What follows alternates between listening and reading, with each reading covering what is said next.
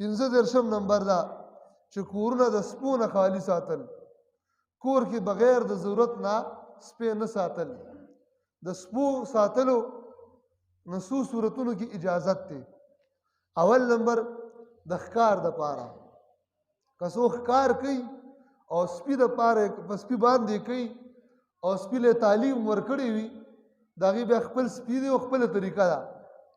نو د ښکار د پاره د سپو د ساتلو اجازت شریعت کې شته. دویم نمبر د فصل د پاره، یو سړی زمیندار دی او د فصل حفاظت پې کوي یا د شپونکی دی او د خپلو ګډو د رمې حفاظت پې کوي، نو د دې کوچیانو موچیانو دپاره دې دپاره هم د سپي د ساتنې اجازت شته.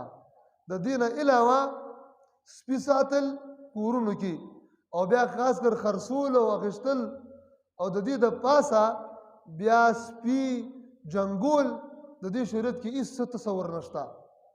دا ډېر سخت عمل دی، دې نه سخته منع په روایاتو کې راغلې ده. لہذا د چا په کورونو کې سپي ده کوڅه ډب هم ساتلي، سړیتوب سپی هم نی که نه په 2 روپۍ نه کېږي، هلته بازار نه راولي او کوڅې ترې نه ډکې دي، په هره کوڅه کې سپی.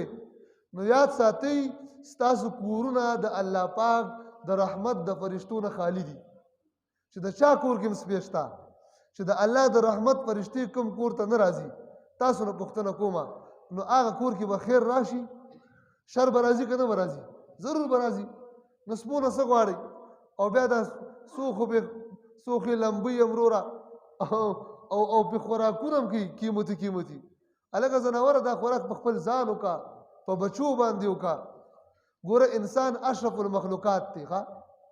د الله پاک د انسان ته ډېر لوی مقام ورکړی چې کله انسان د الله د بندګۍ نه مخ واړي مخه، نو خدای پاک دې دومره ذلیل کړي چې د یو رذیل او د ګنده د سپي خدمت الله پاک د نه بیا اړي.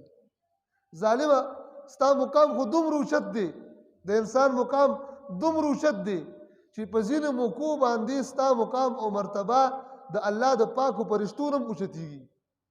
ته دومره لوی شخصیت یې، خو ته خپل ځان وپېژنه چې کله تا د الله دین نه مخه واړوله، نو خدای به دې داسې ذلیل کوي، بیا به در باندې سپي لمبوي. حالانکې د دې لایق خو تی، دا ټول کائنات الله د انسان د خدمت دپاره پیدا کړی. نو محترمو سپی هسې هم ښه شی نه دی. نو د خپل کورونه د سپو نه خالي کول دا د کور د اصلاح دپاره ادب دی. که چېرته کور کې سپی وي نو فساد جرړه پکې موجوده.